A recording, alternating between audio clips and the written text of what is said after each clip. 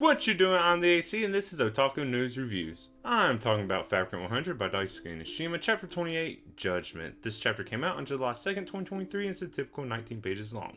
Now, this chapter actually had some back and forth kind of with what was going on, and some actual surprise to it. I thought I was just going to predict it was going to be kind of a typical chapter, and like I said, it surprised me a little bit. So, Ashibi, they're both fine, Ayako, and Ashibi cuts himself to see if this Ayako's reaction, and, she's pretty much kind of like disgusted, turns away, not pleased to see it, and because Ashibi knows if it was a Fabricant, that it will go crazy. So yeah, Ayako passes Ashibi's test. Kugui, on the other hand, he immediately attacks like he said would. Hey, keep to his word. But instead, he's attacked by a different Fabricant. And now, here's a thing that I'm curious about: is it a second Fabricant, or is this Fabricant able to make a doppelganger of itself? I'm not exactly sure what's going on. There might be two. We don't know for sure yet because this chapter kind of goes by fast with all this stuff. But yeah, now this Fabricant looks like Kugui. There's also talk that the eyes give us like 8% of the information we take in. And I don't know, I guess it's more to just like talk about this Fabricant's abilities and stuff, just more elaborate on them. But it really didn't add that much at this point. But I got a theory later I'm going to talk about. So, Ayako and Ashibi are still running along. Ayako's wondering why Ashibi didn't just use his badge instead of using his blood. And Ashibi was something like, you want to see her reaction. The badge, I guess, wouldn't be good enough. See her do something out of the ordinary, our character. Because if he had any doubt, he wouldn't be able to kill her. And then more talk about self-sacrificing, Ayako not liking it. And I'm kind of just tired about the whole self-sacrifice. I know it's part of their like character, even though it's kind of just thrown in at a random point. But yeah, it's kind of been going on too long for me, and I don't know. And it still seems like Ashibi hasn't changed that much about it. Maybe a little bit.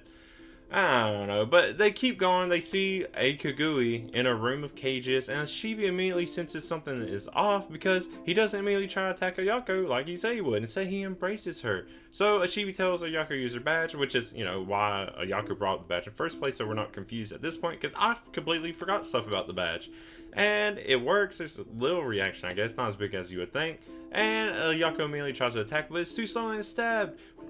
Instead, by this fake Kugui, just like what happened with Kugui. Too slow, getting stabbed, don't know exactly why that is. And 100 didn't do anything because she didn't want to hurt Ayako or, can't hurt people. So yeah, she just like, I'm not going to do anything. And that's it. That little cliffhanger, that's where we're left off on. And now we have to wonder, is Kugui alive? Is Ayako alive? And are there two Fabricants? I don't know.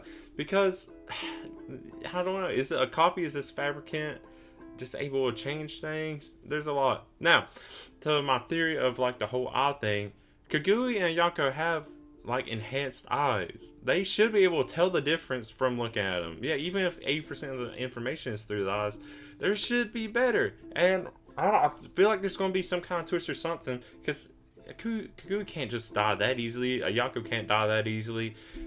This whole thing's been going too quick, and I don't know, even now it's seeming bad, but there has to be some kind of good twist to it. And it reminds me a lot of like if you know the Get Backers, that series, and he has like eye illusions, he can do his stuff. Maybe that's what they're doing. They're making themselves seem like they're dead or vulnerable, and this whole thing has been like a trap more of Ayako following through with this Fabricant more than the Fabricant actually trapping Ayako. Who knows? There could be some kind of twist, and it would make a lot of sense if there is. But I don't know. We'll just have to talk about it more. But real quick, the title, Judgment.